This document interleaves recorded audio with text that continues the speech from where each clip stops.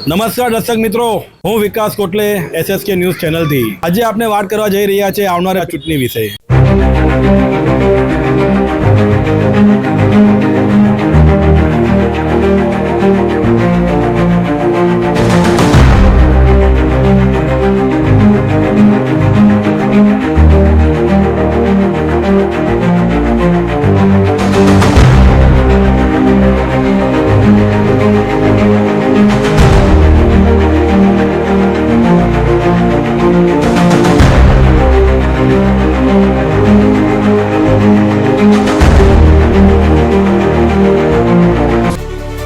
સુરતમાં સ્થાનિક સ્વરાજ્યની ચૂંટણીનો પ્રચાર પૂરજોશમાં ચાલી રહ્યો છે ત્યારે આમ આદમી પાર્ટીના વોર્ડ નંબર 24ના ઉમેદવાર ઉલ્લાસભાઈ પુંડલિક માલી અને સહિતની પેનલને પ્રજાનો સારો પ્રતિસાદ મળી રહ્યો છે. ગુજરાતમાં અને ખાસ કરીને સુરતમાં સ્થાનિક સ્વરાજ્યની ચૂંટણીમાં આ વખતે પ્રજામાં ઉત્સાહ જોવા મળી રહ્યો છે ત્યારે સુરત મહાનગરપાલિકામાં વિપક્ષ એટલે કે આમ આદમી પાર્ટીના ઉમેદવારોને આ વખતે પણ પ્રજાનો સારો પ્રતિસાદ મળ્યો છે. ગત વખતે 27 બેઠકો પર આપ દ્વારા સુરતમાં વિજય મેળવ્યો હતો ત્યારે આ વખતે પણ આપના ઉમેદવારોને પ્રજાનો સારો પ્રતિસાદ મળી રહ્યો છે. તો વોર્ડ નંબર 24ના આમ આદમી પાર્ટીના ઉમેદવાર ઉલ્લાસભાઈ પુંડલિક માલી, અહિયા દેવી અવધેશસિંહ, પૃથ્વીરાજ રાજેન્દ્રસિંહ રાજપૂત અને રીટાબેન ભરતભાઈ પટેલને પ્રજાનો સારો પ્રતિસાદ મળી રહ્યો છે ત્યારે આપના વોર્ડ નંબર 24 ઉધના દક્ષિણના ઉમેદવાર ઉલ્લાસભાઈ પુંડલિક માલી અને પૃથ્વીરાજ રાજેન્દ્રસિંહ રાજપૂતે SSK ન્યૂઝ સાથે વાત કરી હતી.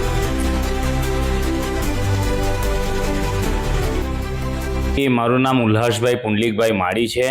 હું વોર્ડ નંબર 24 ઉધના દક્ષિણમાંથી આમ આદમી પાર્ટીએ મારા પર ભરોસો રાખીને મને ટિકિટ આપી છે. સુરતમાં આપના ઉમેદવારોને કેવી પ્રતિસાદ મળી રહી છે?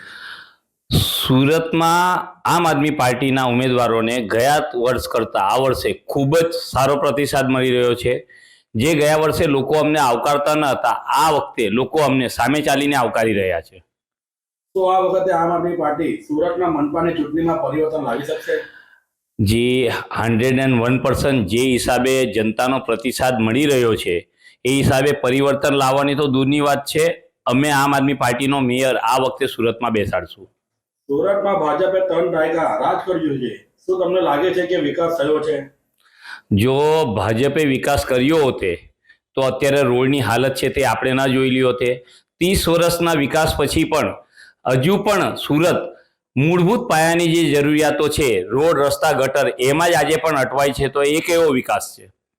ભાજપના નેતાઓ વિકાસની વાત કરે છે ત્યારે આપ દ્વારા તેને કઈ રીતે જોવામાં આવે છે?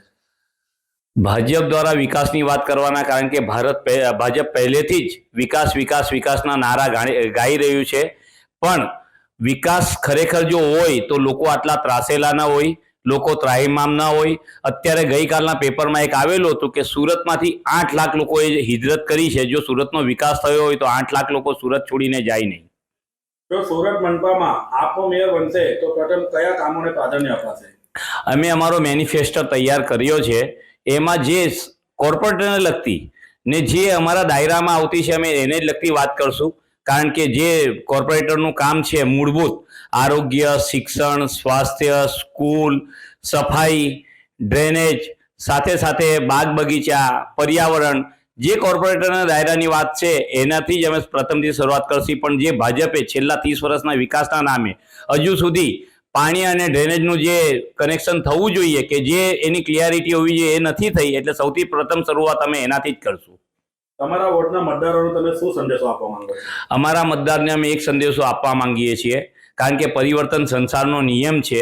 જો એક વખત મતદારો, સુરતના મતદારો જો એક વખત આમ આદમી પાર્ટીને પરિવર્તન લાવીને મોકો આપશે તો જે દિલ્હી મોડેલ હતું સ્વાસ્થ્ય અને શિક્ષણ બાબતે એ અમે 101% પૂરું કરીશું અને જનતાને વિશ્વાસ આપીએ છીએ કે તમારી કસોટીમાં અમે ખરા ઉતરીશું અને આવતા 5 વર્ષે તમે પાછા અમને આવકારીને અમારી પાછી સત્તા લાવશો એવા કામો અમે 101% કરીશું.